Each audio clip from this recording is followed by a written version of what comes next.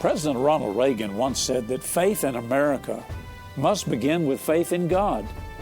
And we must have great faith in these days in which we're living. We're in the middle of a battle that first began in heaven. So what do we do? How do we respond as we see the beginning of sorrows? That's coming up next as Arkansas Alive starts right now.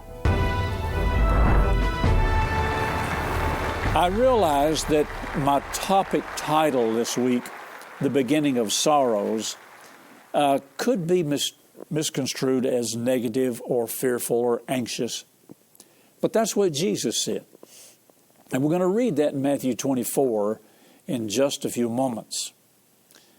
But I want to assure you that this war that began in heaven and that's going on now, and that Jesus says is the beginning of sorrows, I've read the back of the book, and we win.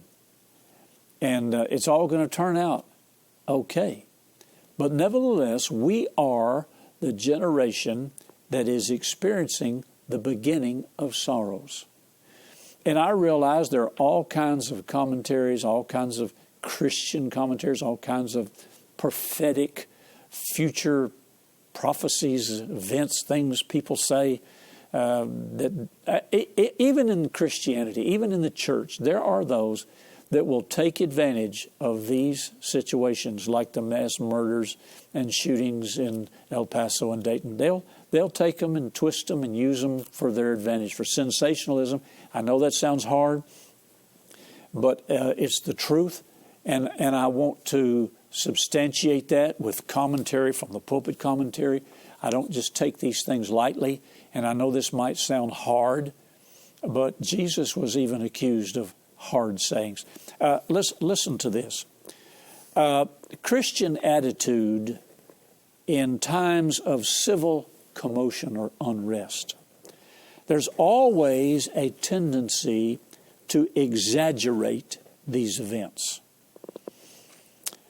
It's strange to find Christian people that are able to find some high prophetic allusion for every little war or social disturbance within the sphere of their knowledge.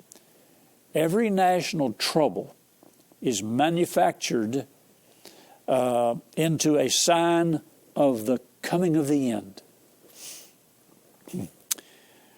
Precisely of this strange tendency of our Lord, so anxiously warned his disciples in his discourse, and he said, and I paraphrase, "Do not run away into extravagant imaginations under every impulse of every bit of local civil commotion. There will be a good deal of that sort of thing, but the end is not yet." Now, even the sages and the commentaries, they have paraphrased, mirrored, embellished on the words of Jesus. If you'll go with me over to Matthew chapter 24, and as Jesus sat upon the Mount of Olives, his disciples were listening to him privately, and after he finished ministering to them, they said, "Master, tell us, when shall these things be? What shall be the sign of your coming and the end of the world?" Now that word world there should be translated the end of the age, the end of the church age, the end of the age of grace, the end of our age. And the first thing Jesus said is, "Take heed that no man deceive you." I've emphasized this over and over for years. This is so important. You have got to take this to heart. Take heed that no man deceive you. No network, no politician, and sadly to say, no preacher is going to be able to stop all the things that are happening.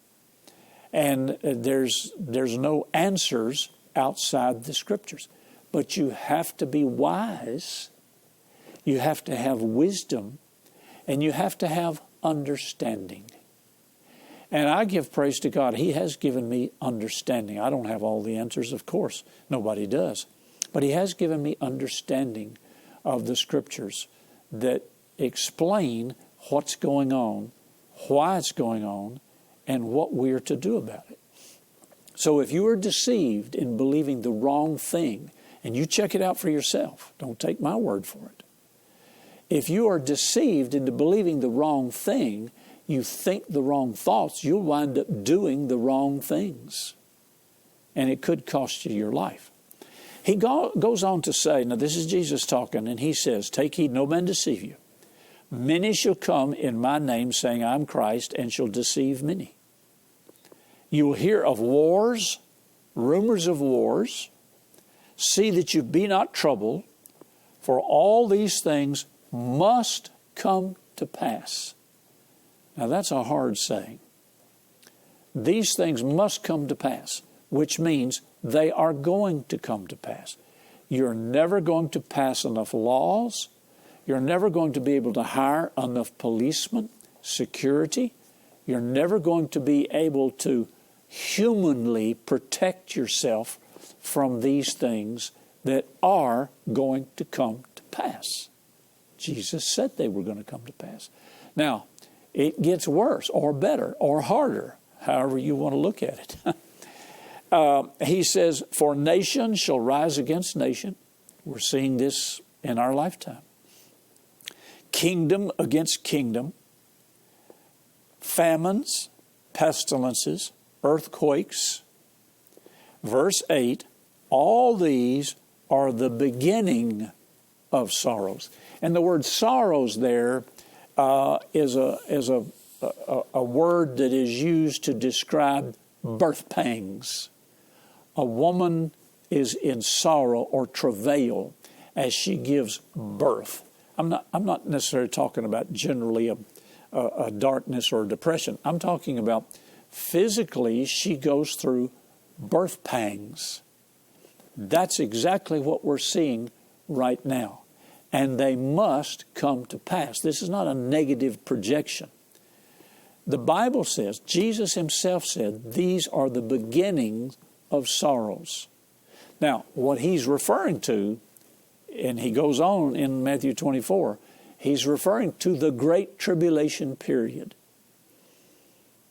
The Great Tribulation period, according to Daniel and Revelation, is a 7-year period where Satan, the Antichrist, the beast system, the false prophet, are loose on the earth, stealing, killing, and destroying.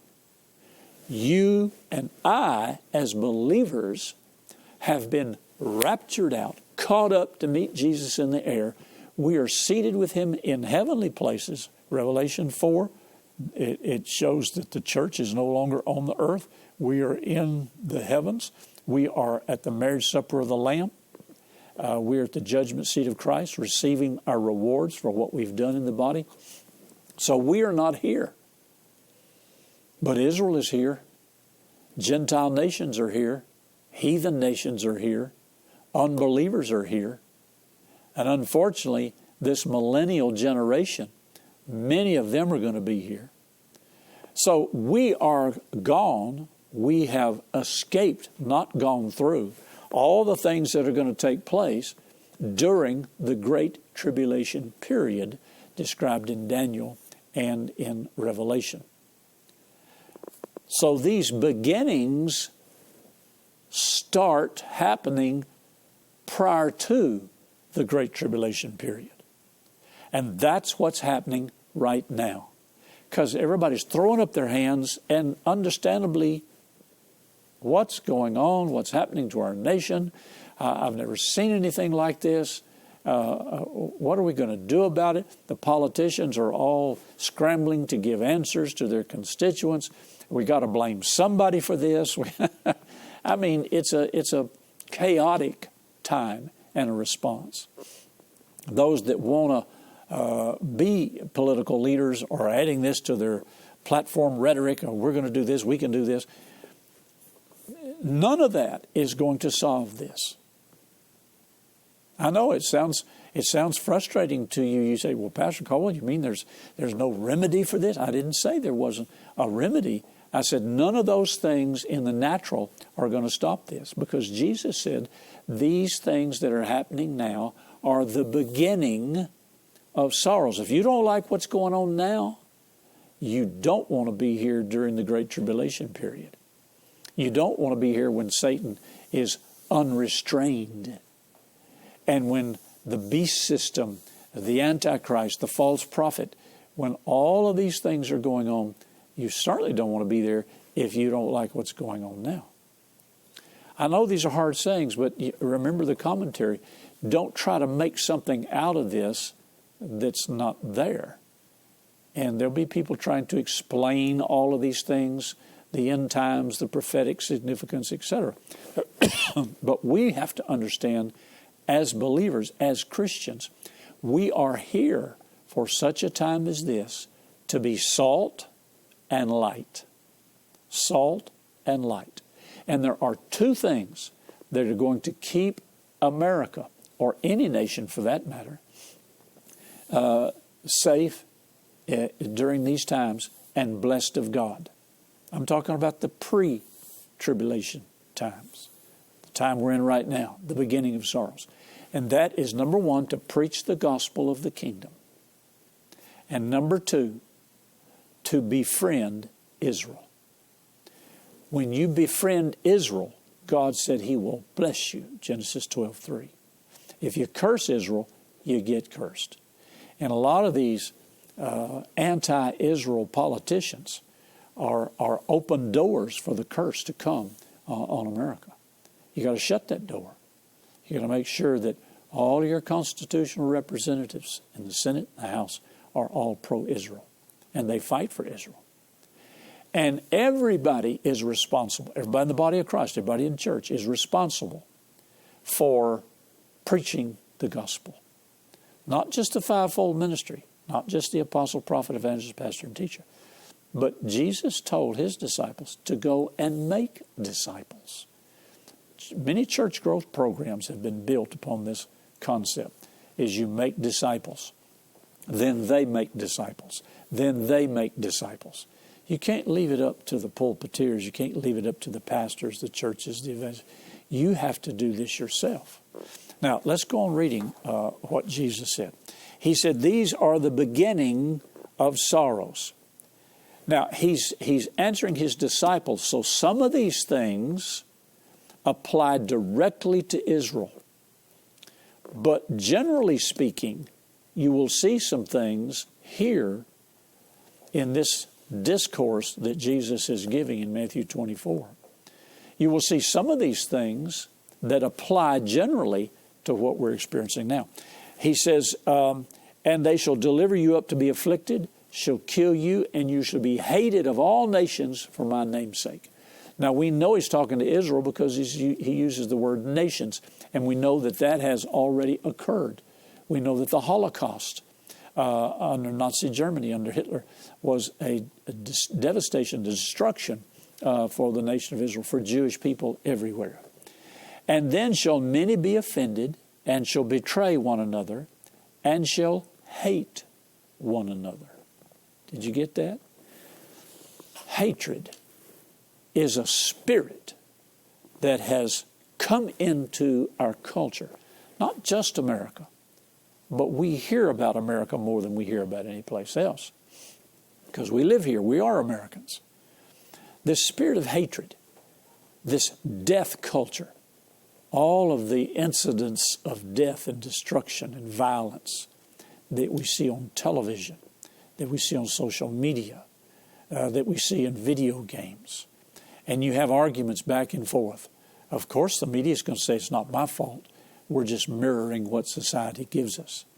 The video game producers are not going to admit anything. The politicians are not going to admit anything. They bite and devour each other. They're biting and devouring one another. It's his fault. It's her fault. It's their fault.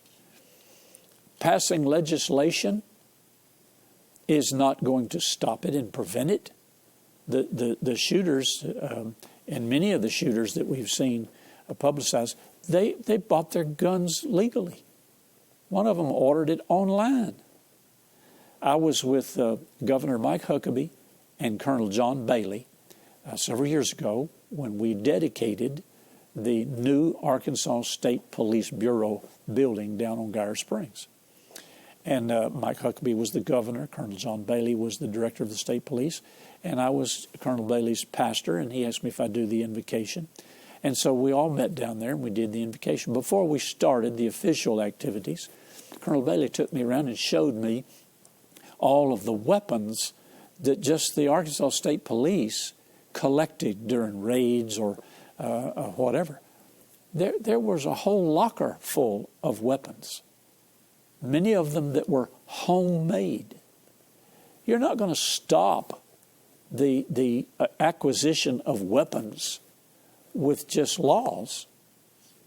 It's not going to happen. It's impossible. Oh, granted, we need to enforce the laws we have on the book. We need to be more conscious and aware of what's going on. There's nothing wrong with preventive measures. I'm not saying there is. I'm just saying that alone is not going to solve the problem. Where are we going to get the solution to solving this problem of hatred, of anger? Right here. The Scriptures tell us what to do. But you have to search for it, and you have to accept it. A lot of times people don't want to hear the truth. They'd rather argue. They'd rather accuse somebody. But hatred came into this country. This hatred, this violence, this anger. Everybody's angry about something. And you know the primary reason for the anger is because of the chaos, because they don't know what's happening. They don't know what's going on. They don't know why it's going on. And some people ignore it, put their head in the sand, ostrich effect, or some people criticize. They blame others. Well, if they do this, blah, blah, blah, blah, blah. It's anger. Anger is frustration actively participating. If I'm frustrated about something and I can't seem to resolve the issue and get any closure on it, I get angry. And I get angry at somebody. Just give me something to direct my anger towards. And a lot of people are angry because their lifestyles are being challenged. The homosexual community is angry because they want you to accept their lifestyle as normal, and they get angry.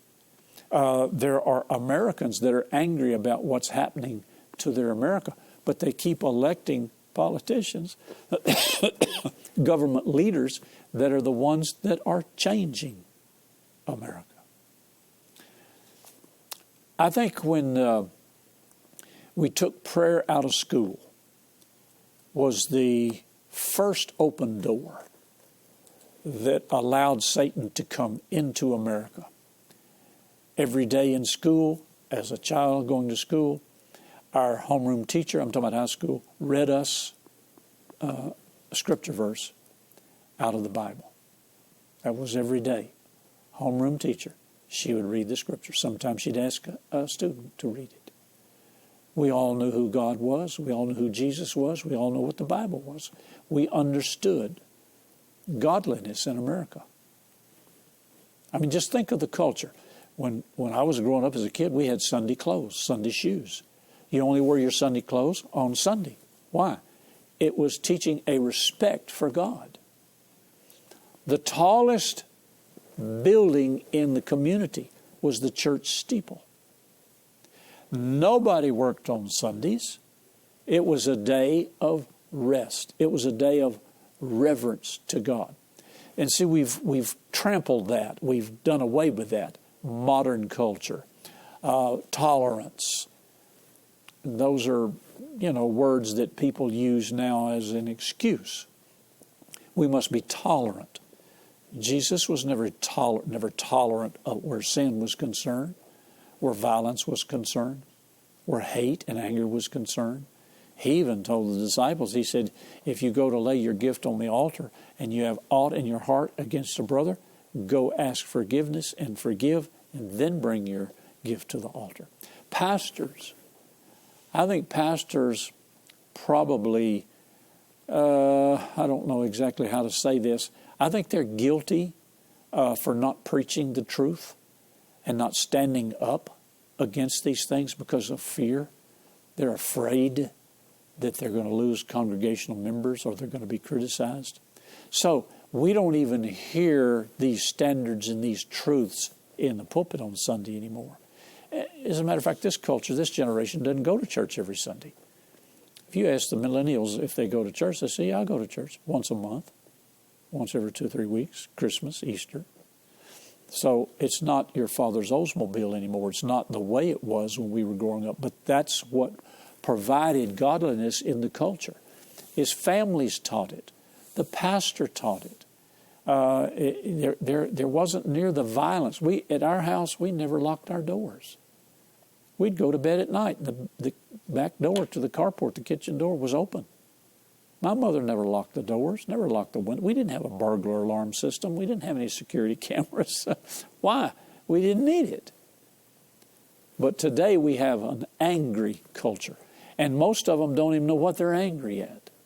They're just mad at something, at somebody. So we've got to change that. Now, you can try to get the media to change their violence and death reporting and all that kind of stuff, but they're not going to do it because they have their own agenda. They want to see America fall. They want to see the demonic. They want to see the demise. They're the vigilante arm of the liberals, socialists. They're in cahoots together. You write your local media station and say, write to the news director and say, I wish you would quit running all this stuff, quit showing all of this stuff, and change your programming. We want more wholesome programming. See what they say. They probably won't answer you. Or they'll say, we're just mirroring what the public wants. They take no responsibility for their actions, for what they put on the air. And that's why people are turning to stations like VTN, because it builds them up, it edifies them. There's nothing edifying in a dark, secular culture. But there is something edifying in Christian television. Well, you're part of this solution, the salt and the light. So I think the first door that was opened when we took prayer out of school, children no longer learned about God. And that's why the public school system has just continued to go down, down, down. And I think our friend that has the ministry to show the demise numbers since we took prayer out of school, acts of violence, shootings, etc.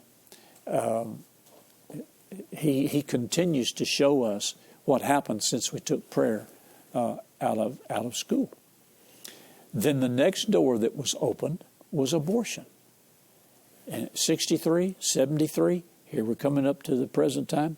And so we started murdering, and that's what it was. It's murder. It's killing an unborn child. A child that's defenseless, has no rights, simply because they haven't passed through the birth canal and been born as a citizen. But Jeremiah chapter 1, God says, before you were formed in your mother's womb, I knew you.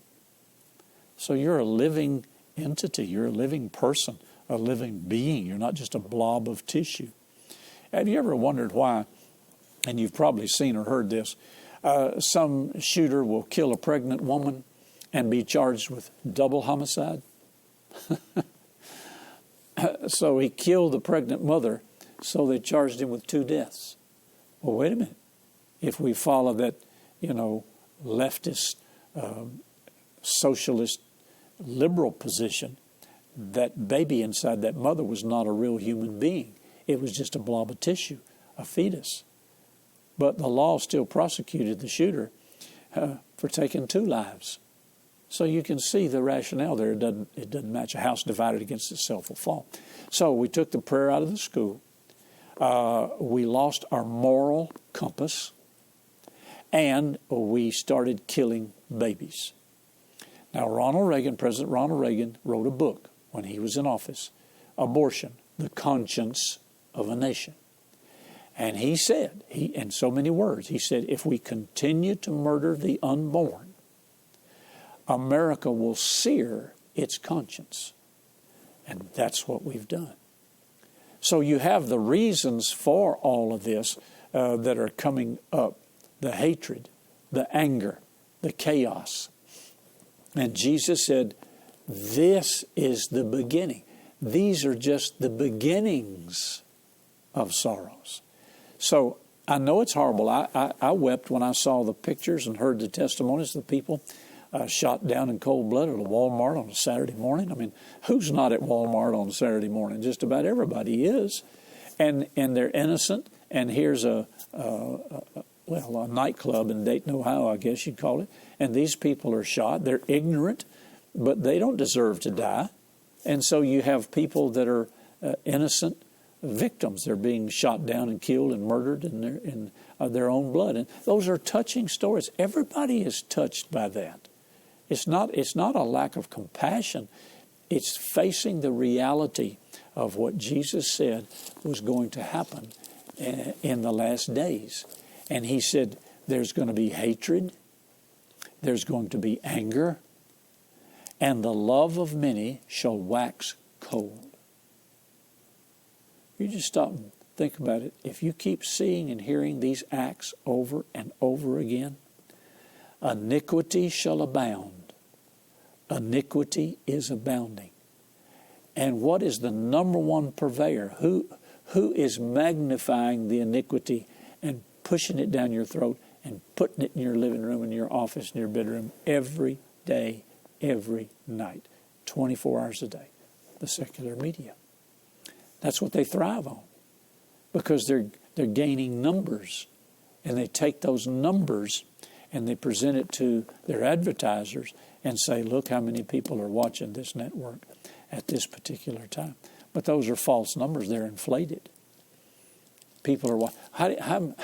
What do you think the numbers of the secular television advertising arm was the day of the day of 9/11 or the day after 9/11? They were inflated. Why? Because of terror.